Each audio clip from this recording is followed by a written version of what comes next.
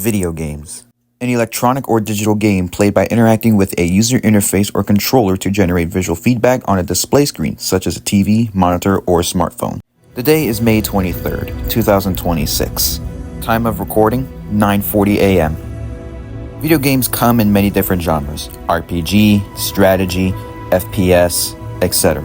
Some of these games might be great, some of these games might be trash. Some of these games are single player, some of these games are multiplayer. These games will then create something within someone called opinions, a personal belief, judgment, or viewpoint that is not necessarily based on absolute proof or certainty.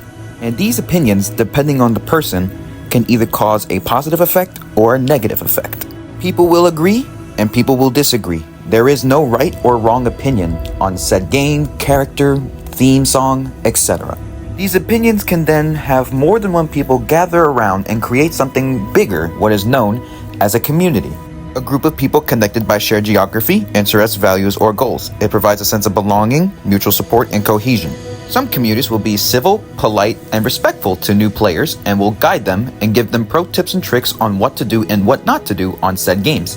While unfortunately on the other side, some may be hostile and not even be any help to new players and will disrespect them when they make a simple mistake or opinion. And unfortunately, you can't do anything about it other than have two options, either to adapt or just leave and don't bother. And in these cases, this is what we call a species of gamers, toxic gamers, which are people with hostile, abusive, or disruptive behavior that intentionally ruin the experience for others. Actions including racism, sexism, homophobic slurs, one community labeling another community all because of one certain aspect of said game, etc., etc. You see, ratings in video games exist for a reason. They basically tell you what the minimum age you might want to be to experience the gameplay.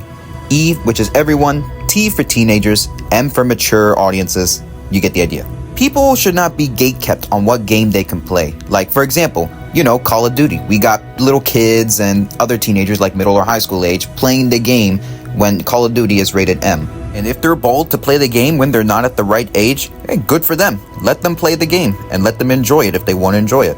People should also not be given a label just because they play a game that had a controversy spark at one point in life. For example, Roblox. Ever since the Schlep incident, Roblox has now become the #1 site and platform that attracts child predators. And of course, Roblox CEO, David Baszucki, says that having the predators is not a problem, but more of an opportunity for people of different age gaps to learn, grow, and connect with each other.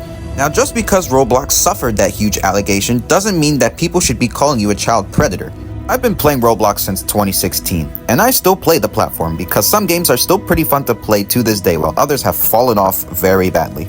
The internet is a very dangerous place. It's not safe at all whatsoever, and there are a ton of online debates and discussions on many various topics and tend to mostly be hostile. If you want to throw yourself into the discussion without having any in-depth knowledge of what happened in the past or what is going on now, then be my guest and throw yourself into the fire. But don't be crying and complaining when you suffer a bunch of backlash and consequences when it comes to just jumping in a conversation and saying your piece without knowing fully what is going on in the situation. And unfortunately, with the two recent creations I made, they now will leave scars of agony, pain, and annoyance, and will remain there to serve as a reminder not to do the same mistake ever again.